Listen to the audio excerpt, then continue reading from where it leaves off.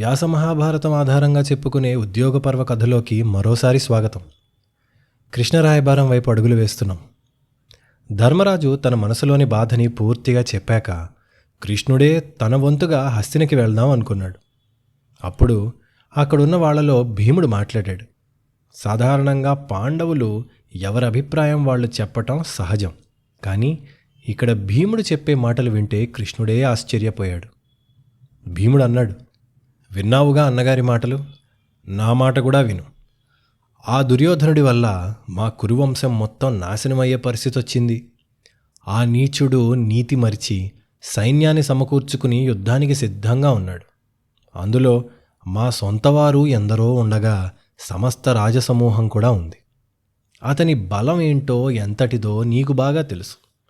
ఇరుపక్కల సమర్థులున్నప్పుడు ప్రాణ నష్టం విపరీతంగా ఉంటుంది. ఆ దుర్యోధనుడికి దూరదృష్టి లేదు.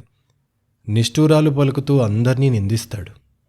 క్రూరుడు, పరాక్రమం కలవాడు, క్రోధాన్ని వదలని మొండివాడు. సావనైనా చస్తాడు కానీ లొంగడు. అంటే అప్పుడు ఒక హిస్టారికల్ ఫ్యాక్ట్ చెప్పాడు భీముడు. కృష్ణ పూర్వం కూడా ఇలాగే పలుసార్లు జరిగింది అన్నాడు. ఏంటంటే టైమ్ ఈజ్ అ సైకిల్. మీరు మహాభారత కథని చదివి ఎవరు ఎందుకు ఏం చేశారు, ఎవరిది తప్పు, ఈ ఒక్కటి జరగకపోతే యుద్ధం జరగబోయేది కాదు అని అనుకోవటం ఓకే. కానీ వ్యూ పాయింట్ ఎప్పుడు లోకల్ ఉంటుంది, గ్లోబల్ ఉంటుంది. అంటే అక్కడక్కడే ప్రపంచాన్ని ఒక చిన్న కీ హోల్లో, ఒక చిన్న రంధ్రంలోంచి చూస్తే ఒకటి కనిపిస్తుంది. కానీ పూర్తిగా తలుపు తెరిచి చూస్తే, చరిత్ర మొత్తాన్ని ఒకసారిగా కలగలిపి చూస్తే ఒక విషయం అర్థమవుతుంది. ఏంటంటే టైం ఒక సైకిల్. అంటే ఏంటి? పరిస్థితులు ఎప్పుడూ కూడా మళ్ళీ తిరిగి వస్తుంటాయి. ఎంట్రోపీ ఎప్పుడూ ముందుకే వెళ్తుంది. మీరు ప్రపంచాన్ని కూడా చూస్తే మీరెంత ప్రయత్నించినా కూడా నాశనం వైపుకే వెళ్తుంటుంది. ఎందుకంటే త్రేతాయుగం నుండి ద్వాపరయుగం, ద్వాపరయుగం నుండి కలియుగం, కలియుగం నుండి మళ్ళీ మనం సత్యయుగం అంటాం కదా. అందుకని ఆ కాలచక్రం ముందుకే తిరగాలి. మరి మంచి ధర్మం ఎందుకంటారేమో, ఆ చక్రం మరీ వేగంగా తిరగకుండా కాస్త మెల్లగా తిరిగేందుకు ఉపయోగపడటం తప్ప చక్రం ముందుకి తిరగటం మాత్రం కంపల్సరీ. ఇప్పుడు ప్రపంచం అంతా ఒకవైపు వెళుతుంది. ముందుకి వెళ్ళి ఒక పాయింట్లో యుద్ధం వస్తుంది. యుద్ధం వచ్చి అందరూ కొట్టుకొని చేస్తారు. వాళ్ళు చూడలేదా ఏంటి బయట? మనం శాంతించి ఇంకోవైపు వెళ్తుంది సమాజం. మళ్ళీ వెళ్ళి కొంతకాలానికి యుద్ధం రావచ్చు. దీర్ఘ విప్లవాలు రాజుల మధ్యలో రావటం ఇది మొదటిసారి కాదు. అంటే రాజులు అసలు ఈ సిస్టమ్నే అడ్డం పెట్టుకుని కొట్టుకుని సావడం ఇది మొదటిసారి కాదు. అప్పుడు కూడా, ఇంతకు ముందు కూడా 18 రాజులు కొట్టుకుని చచ్చారు అని భీముడు చెప్పాడు. ఆ 18 రాజుల పేర్లు నేను చెప్పట్లేదు ఇక్కడ. వ్యాస మహాభారతంలో భీముడు చెప్తాడు. వాళ్ళ పేర్లు చెప్పాడు. చెప్పి వాళ్ళు చేసినట్లే ఇప్పుడు దుర్యోధనుడు చేస్తున్నాడు. ఇప్పుడు 18 రాజులు, ఇప్పుడు 18 అక్షౌహిణీలు. మన అక్షౌహిణీకో నాయకుడు ఉంటాడు, రకరకాల రాజులు ఉంటారు, చాలామంది ఉంటారు కదా. ఆ రాజులు ఇదివరకు, ఆ 18 రాజులు ఏ వంశాల్లో పుట్టారో ఆ వంశాలు యుద్ధాలతో నాశనం అయిపోయాయి. మళ్ళీ ఇన్నాళ్లకి ఇలా దుర్యోధనుడు కూడా ఈ కురువంశంలో పుట్టి కురువంశ నాశనాన్ని తెస్తున్నాడు. ఇప్పటిదాకా ఫ్యాక్ట్స్ చెప్పాడు. ఓకే, అలా చెప్పి ఇప్పుడు చెప్తున్నాడు. కాబట్టి కృష్ణ, అతనితో మృదువుగా మాట్లాడు. అన్నాడు కృష్ణుడు. నెమ్మదిగా మాట్లాడు. ధర్మార్థ సహితంగా మాట్లాడు, కానీ తీవ్రంగా అతన్ని ఏమనకు, రెచ్చగొట్టకు, మనకి శాంతి కావాలి అన్నాడు. What? Krishna was like, what bro, Bhima నువ్వేనా? మా సోదరులతో మాకు సౌభ్రాతృత్వం మిగలాలి, మళ్ళీ పుట్టాలి, ఇప్పటిదాకా లేకపోయినా పుట్టి పెరిగేలాగా నీ తెలివిని బుద్ధిని వాడు కృష్ణ. కురువంశం, మా కురువంశం బ్రతకాలి అన్నాడు భీముడు. ఓ, మీ వంశమా? ఓకే బ్రో, అర్థమైంది. ఈ మాటలు విన్నాక కృష్ణుడు బహుశా అలా ఒక నిమిషం కూర్చుండిపోయి ఉంటాడు, లేదా అలా చూస్తూ ఉండిపోయి ఉంటాడు. మీరు ఆలోచించండి, భీముడు ఎందుకు ఇలా అనుంటాడు? ఎవడో కామెంట్లో చెప్పాడు, సోది ఎక్కువ అవుతుంది చెప్పొద్దని. అంత సోది అనిపిస్తే వినకండి. ఈ సోదే జీవితానికి ముఖ్యమని నా అభిప్రాయం. ఈ సోది తెలియకే చాలామంది నిజమైన సోదిలో బ్రతుకుతున్నారన్నది నమ్మకం. కథ కావాలంటే ChatGPTలో కొట్టుకో, అదే దొరుకుతుంది. ఇక్కడ కథ ఎందుకు ఏమిటి? ఎందుకంటే నాకు కథ తెలుసు బాబోయ్ అని చెప్పి 10 మంది గొప్పలు చెప్పుకోవడానికి కాదు ఈ కథ. నాకు ఇందులో వీడేంటి, అందులో వాడాయుధం ఏంటి, వీడి అస్త్రం ఏంటి, షో ఆఫ్ చేయడానికి కాదు. ఇందులో జీవితాలు ఉన్నాయి, బ్రతుకులు ఉన్నాయి, మనుషుల నిర్ణయాలు ఉన్నాయి, వాటి పర్యవసానాలు ఉన్నాయి. అదే ముఖ్యం. సరే, 13 ఏళ్ల అడవుల పాలవటం, దాని ఎఫెక్ట్ ఎలా ఉంటుందో ఈ భీముడి మాటల్లో కనిపిస్తుంది. ఎందుకంటే ప్రతి మనిషికి సహజంగా ఒక నైజం ఉంటుంది. అది అతను ఒక రకమైన పరిస్థితుల్లో ఉంటేనే వృద్ధి పొందుతుంది. అంటే నువ్వు ఒక కైండ్ ఆఫ్ ఎన్వైర్న్మెంట్లో, ఒక కైండ్ ఆఫ్ వాతావరణంలో పెరిగితే నీ జీవితం, నీ మనస్తత్వం ఒకలా ఉంటుంది. ఒక పులిని గుడిలో చిన్నప్పటి నుండి పెంచితే అది అడవిలో తిరిగే పులిలా ఉండదు. మనిషి కూడా అంతే.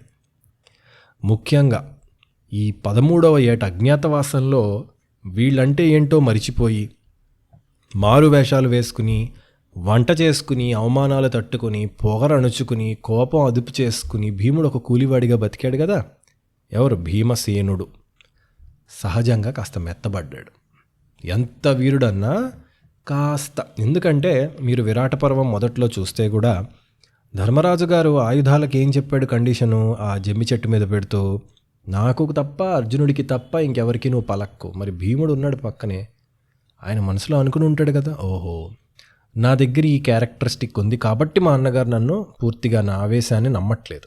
1, 2 ఆయన మాట ఇచ్చాడు అన్నగారితో. ఎందుకు అన్నగారు అడిగాడు, అరే నాన్న నీ కోపం వల్లే మనం మునిగిపోతాం, దొరికిపోతాం, కాబట్టి నీ కోపాన్ని అదుపులో పెట్టుకో. 1 సంవత్సరం పాటు ప్రాక్టీస్ చేశాడు. అది అంత కీచకుడిని భయంకరంగా చంపడం కూడా గుట్టు చప్పుడు కాకుండా చంపాడు ఆయన. అంత ప్రాక్టీస్లో అన్ని ఎమోషన్స్ని కంట్రోల్లో పెట్టుకోవడం ఉన్నాడు ఆయన. అందుకని ఎంతైనా కాస్త శాంత స్వభావం వంటబట్టింది. తన నైజాన్ని పక్కకి జరిపాడు. ఇది మంచిది కాదా అంటే అవ్వచ్చు, కానీ ప్రతి స్వభావానికి ఒక సందర్భం, ఒక అవసరం ఉంటుంది. ఇక్కడ భీముడి శాంతం పనికిరాదు అని కృష్ణుడు చెప్తాడు తర్వాత. కాబట్టి ఉన్నట్టుండి ఉన్న పగని కోపాన్ని మరిచి శాంతి కోసం అడుగుతున్నాడు. ఎప్పుడు 6లు కొట్టేవాడు డిఫెన్స్ ఆడుతుంటే ఇంక ఏముందా ఎంతో ఉపయోగం? కృష్ణుడు దానికి షాక్ అయ్యాడు. ఏంటి బాబు మళ్ళీ చెప్పు అన్నట్లు, మీ వంశమా, మీ సోదరులా, శాంతి కావాలా? ఆయన సహజమైన స్వరూపం కాదిదని అర్థం చేసుకున్నాడు. మారిపోయి మాట్లాడుతున్నాడు. ధర్మరాజు అలా అంటే అర్థమవుతుంది, భీముడు అలా అంటే ఎలా?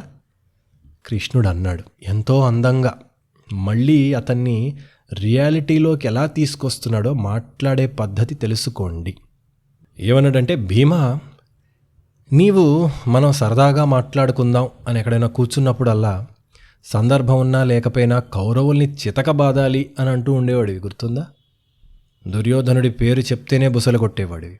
అదే నేను చాలాసార్లు విషంతో చంపుదామని, అది చేద్దామని, ఇది చేద్దామని అనుకున్నాడు కదా ఆ దుర్యోధనుడిని. అడవుల పాలైనప్పటి నుండి నేను చూశాను అర్జునుడు, ద్రౌపది, మీ అన్న కూడా చెప్పుగా విన్నాను. ఏం చెప్పారు? నీకేనాడు సుఖంగా నిద్ర పట్టలేదు. నిద్రలో కునికిపాట్లు పడుతూ మధ్యలో కలలు వచ్చి బుసలు కొట్టేవాడు. ఎందుకంటే అడవుల్లో పడుకోవడం అంటే హాయిగా దుప్పటి కప్పుకుని పడుకోవడంలో ఉండదు కదా. భీమార్జునులు పాండవులకి రక్షకులు బై డిఫాల్ట్ ఎప్పుడూ కూడా. పైగా అర్జునుడు తపస్సు చేసుకోవడానికి ఇంద్రలోకం అటు వెళ్ళిపోయినప్పుడు, హిమాలయాలకు వెళ్ళిపోయినప్పుడు భీముడే చూసుకున్నాడు. కాబట్టి ఆయన నిద్ర చక్కగా గురకపెట్టి నిద్రపోడు. ఓ చెట్టుకు ఆనుకుని కాస్త కళ్ళు మూసుకుని కునుకు పడుతున్నట్టే పట్టినా ఆపుకుని రక్షణ చేసేవాడు. కాబట్టి ఆ నిద్ర పట్టనప్పుడు మరి ఎంతైనా శరీరానికి చాలా ఇబ్బంది ఉంటుంది కదా. అప్పుడు దాని అంతటికీ కారణమైన వాడిని తిట్టుకుంటాడు కదా. లేదు ద్రౌపదీదేవి అవస్థ పడుతుంది, ధర్మరాజు అవస్థ పడుతుంటాడు, ఎలాంటి వాళ్ళని చూసినప్పుడు ఈయన బాధ ఉంటుంది కదా. అవన్నీ కృష్ణుడు గుర్తు చేస్తున్నాడు. కౌరవుల గురించి మీ అన్న మాట్లాడినప్పుడల్లా చేతిలో రాళ్ళు కొన్ని పోగేసుకుని వాటిని పొడి పొడి చేసేస్తూ పళ్ళు నూరుతూ ఉండేవాడివి, గుర్తుందా? నీలో నువ్వే మాట్లాడుకుంటూ ఒక్కడివే అందరికీ దూరంగా, కాస్త దూరంగా అడవిలో నడుస్తూ వెళ్తుంటే నీ కోపానికి కారణం తెలియక ఋషులు, బ్రాహ్మణులు నీకేదో అస్వస్థత చేసిందనుకునేవాళ్ళు. అంటే మీరు ఊహించండి ఆ బొమ్మని. అడవిలో అందరూ నడుస్తున్నారండి, భీముడు ఒక్కడే కాస్త దూరంగా నడుచుకుంటున్నాడు. అలా నడుస్తున్నవాడు తనలో తనే మాట్లాడుకుంటూ పళ్ళు కొరుకుతూ మేబీ సడన్గా ఒక రాయిని ఏదో ఫుట్బాల్ దనినట్టు కోపంగా తంతు ఓ చెట్టుని గుద్దుతూ 2 కొమ్మల్ని పీకేస్తూ అలా తనలో తను మాట్లాడుకుంటూ ఎవడన్నా దగ్గరికి వెళ్తే కొడతాడేమో అనేలాగా ప్రవర్తించేవాడు. మతి స్థిమితం లేనివాడిలాగా. నీకు తెలియకుండా నువ్వే చెట్లని వేళ్లతో అలా పీకేసి విసిరేసి నదీ తీరంలో సరస్సుల దగ్గర గట్టిగా అరుస్తూ ఉండేవాడు. ఉన్నట్టుండి ఎవ్వరూ లేని చోట కోపం ఉన్నప్పుడు అలాగే ఉంటుంది కదా, ఎవ్వరు లేని చోట గట్టిగా అరుద్దాం, బయటికి వెళ్ళాలి కదా కోపం. ఇవన్నీ చేస్తూ ఉండేవాడు భీముడు. కృష్ణుడు ఇవన్నీ చెప్పి మర్చిపోయావా అన్నాడు. భీముడు ఇవన్నీ చేశాడు కోపాన్ని హ్యాండిల్ చేయలేక, కోపాన్ని కంట్రోల్ చేసుకుంటూ. భీమా ఇప్పుడు కూడా ఒకప్పుడు అందరితో సరదాగా ఉండే నువ్వు ఒంటరిగా గడుపుతున్నావు. ఆ 13 ఏళ్ళు అయిన తర్వాత నువ్వులా లేవు, ఒంటరిగా ఎక్కువ గడుపుతున్నావు. నీకెవరితోనూ పెద్దగా మాట్లాడబుద్ధి కావట్లేదు. ఎందుకంటే నీకు వెళ్ళి వాళ్ళని చంపేయాలని ఉంది, కానీ అది కుదరట్లేదు.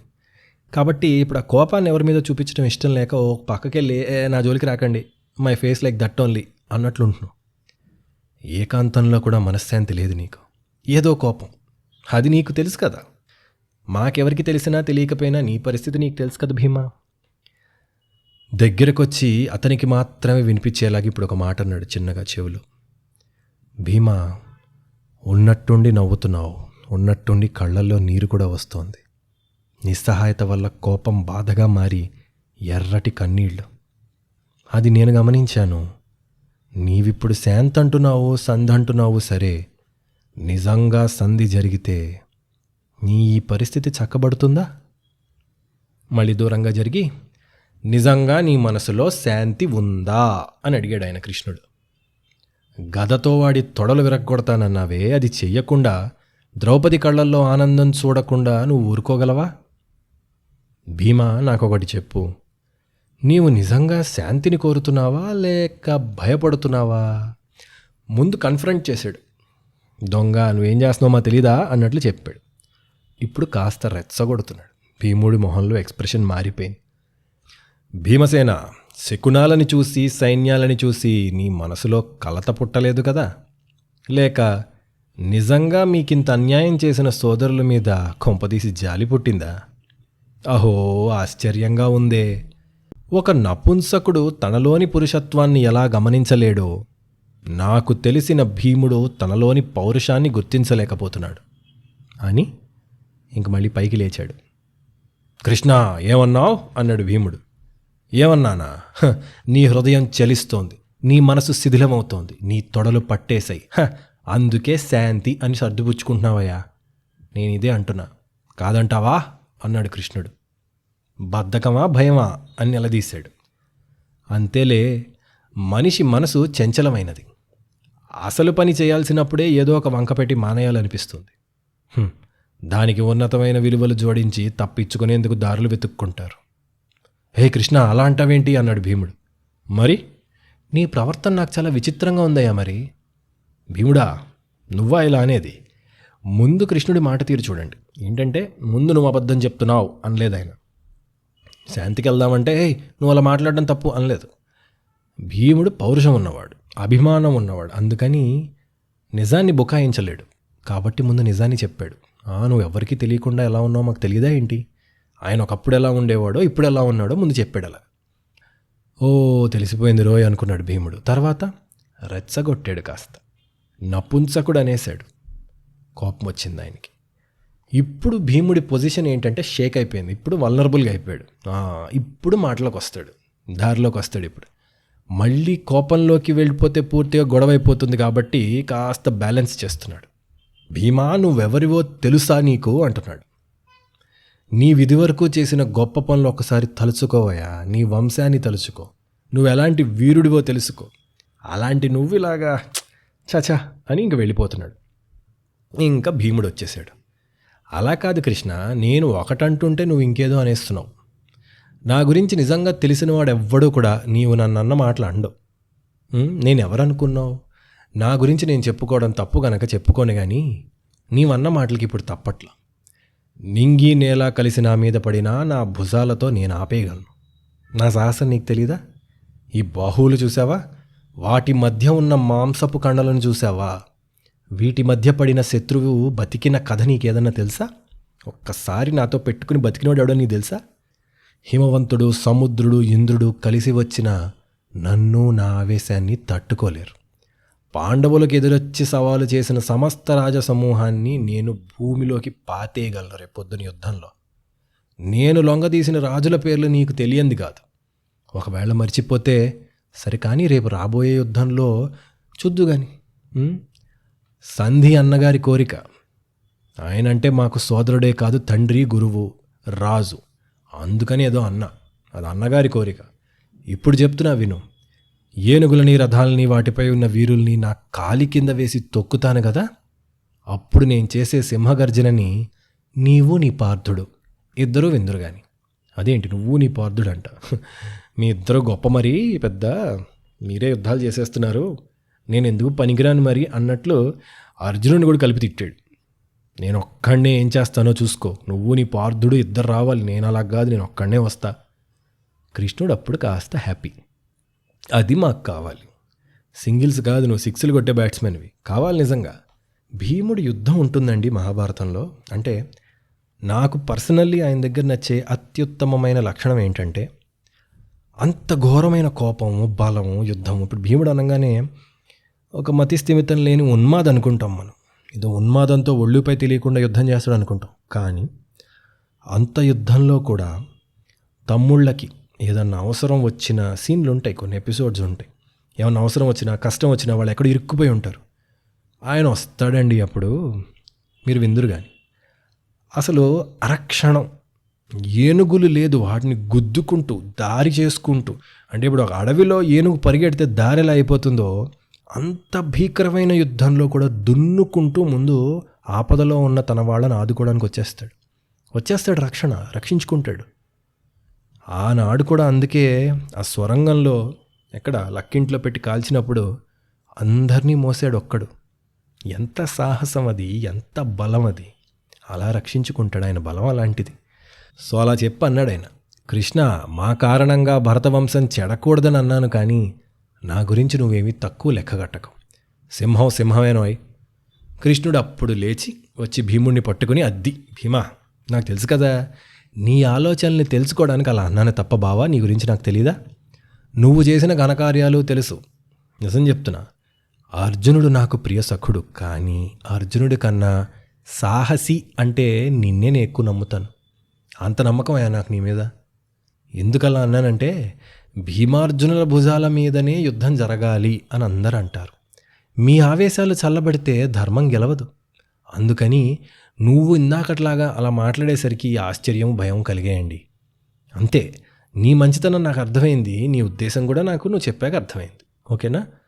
నిజమే, బంధువుల మధ్య, రాజుల మధ్య గొడవలు ఉండకూడదు, కానీ తప్పట్లేదు కదా, చూద్దాం ఏమవుతుందో అన్నాడు. ఒక్కటి గుర్తుంచుకో భీమా, నీకు తెలియంది కాదు, మనిషి ఎప్పుడూ కూడా తను చేసేది సరైన పని అనే మాయలోనే ఉంటాడు. అందుకే పెద్దల మాటలు వినాలి. ఎందుకంటే పెద్దలు చెప్తారు నువ్వు తప్పు చేస్తుంటే, నువ్వు ఎప్పుడూ కరెక్ట్ అనే అనుకుంటావు. పెద్దల మాటలు విని మనం చూసుకోవాలి. మనమే మన పుణ్యాలకి న్యాయం చెప్పుకుంటే అన్నీ మంచి చేస్తున్నామనే అనుకుంటాం మనం. మీకు అది ఉంది ఆ బుద్ధి. ఏంటి, పెద్దలు చెప్తే వింటారు. పెద్దలు ఎవరైనా మీ తప్పులు సరి చేసుకోమండరా అంటే వింటారు. అంటే ఇప్పుడు నేను చెప్పేది నువ్వు వింటున్నావు, వాళ్ళకి అది లేదు. అందుకే వాడు ఎప్పుడూ రైట్ అనుకుంటాడు సుయోధనుడు. మనం చెప్తే కూడా వాడు వినే ఉద్దేశం ఉండదు వాడికి. కాబట్టి మన మీద మనకి నమ్మకం ఉండటం చాలా అవసరం. అలా ఉండబట్టే మనిషి చాలా సాధిస్తాడు. కానీ మనం ఎప్పుడూ తప్పు చేయము అని అనుకోవడం మూర్ఖత్వం. అదే నిన్ను నాశనం చేస్తుంది. మీకు మొదటిది ఉంది, మీ మీద మీకు నమ్మకాలు ఉన్నాయి, అవన్నీ ఉన్నాయి, అవి ఎక్కడ పోతున్నాయో అని నా భయం. కానీ దుర్యోధనుడికి రెండోది ఉంది. ఏంటిది? వాడెప్పుడూ రైటే అనుకుంటాడు. లేకపోతే నేను తప్పు చేస్తున్నా కానీ అదే రైట్ అంటాడు. న్యాయమేదో ధర్మమేదో తెలుసుకొని ఆలోచించి పనులు చేయాలి. మీ అందరికీ ఎంత నమ్మకం, ఎంత కాన్ఫిడెన్స్ ఉన్నా మీ గెలుపుకి కారణం నిజానికి మీ అన్నగారే, గుర్తుపెట్టుకోండి. ఆయన గీసిన గీతని దాటని మీ బుద్ధి ఉందే, దానివల్ల మీరు గెలుస్తున్నారు. ఎందుకంటే బలం ఉన్న చోటే గర్వం పుడుతుంది భీమా. గర్వం ఉన్న చోటే కళ్ళు మూసుకుపోతాయి. అక్కడ మీ అన్నలాంటి వాళ్ళు ఒకడు ఉండాలి. దుర్యోధనుడు వినడు, మీరు వింటారు, అందుకే బాగుపడ్డారు. దుర్యోధనుడికి కూడా అలాంటి వాళ్ళు లేరనుకోవద్దు. విదురుడున్నాడు, భీష్ముడున్నాడు, చాలామంది ఉన్నారు, కానీ వాడు వినడు. సో చెప్పేవాడు ఉండాలి, వినేవాడు, ఆ వినే బుద్ధి ఉండాలి వాడికి. అలాగని కేవలం మీ అన్నగారి వల్ల, అంటే కేవలం దైవశక్తితోనో పుణ్యఫలంతోనో పనులు అయిపో. కేవలం ధర్మంతో విజయం రాదు, మీ పౌరుషాలు పరాక్రమాలు కూడా కావాలి. కాబట్టి మీ అన్నగారి మాటని జరగాలనుకోవడం రైట్. కాకపోతే అది జరగాలంటే నీది, అర్జునుడిది, నకుల సహదేవులది, మీ స్థైర్యం, మీ బలం కూడా కావాలి. ఓకే, అలా దేని అవసరం దానికి ఉంది, అన్నిటినీ పదును పెట్టి ఉంచండి అన్నాడు. రేపు ఉదయం ధృతరాష్ట్రుడి దగ్గరికి వెళ్తా భీమా, మీ ఉద్దేశాలకి ఆశయాలకి భంగం కాకుండా మాట్లాడతా, చూద్దాం ఏమవుతుందో అని అన్నాడు. కానీ మీ అన్నకి చెప్పిందే నీకు చెప్తున్నా, నీవు అర్జునుడు సిద్ధపడి ఉండండి, వాళ్ళ మీద నాకు నమ్మకం లేదు అని.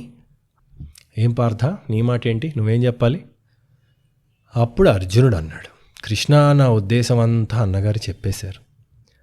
అర్జునుడు ఏంటంటే ధర్మరాజుకి కృష్ణుడికి కాస్త మిక్స్చర్లో ఉంటాడు. అంటే ఒక రకంగా కృష్ణుడు మాట్లాడినట్లే ఉంటుంది, కానీ కృష్ణుడంత లౌక్యం ఉండదు, కాస్త పౌరుషం పాడాలి ఎక్కువ. కానీ ఆ మాట చాలా అందంగా లలితంగా ఉంటుంది.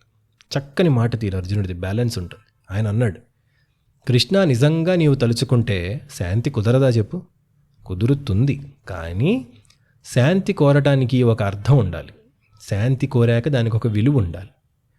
శాంతి అన్నది పేరుకే శాంతిలాగా ఉండకూడదు.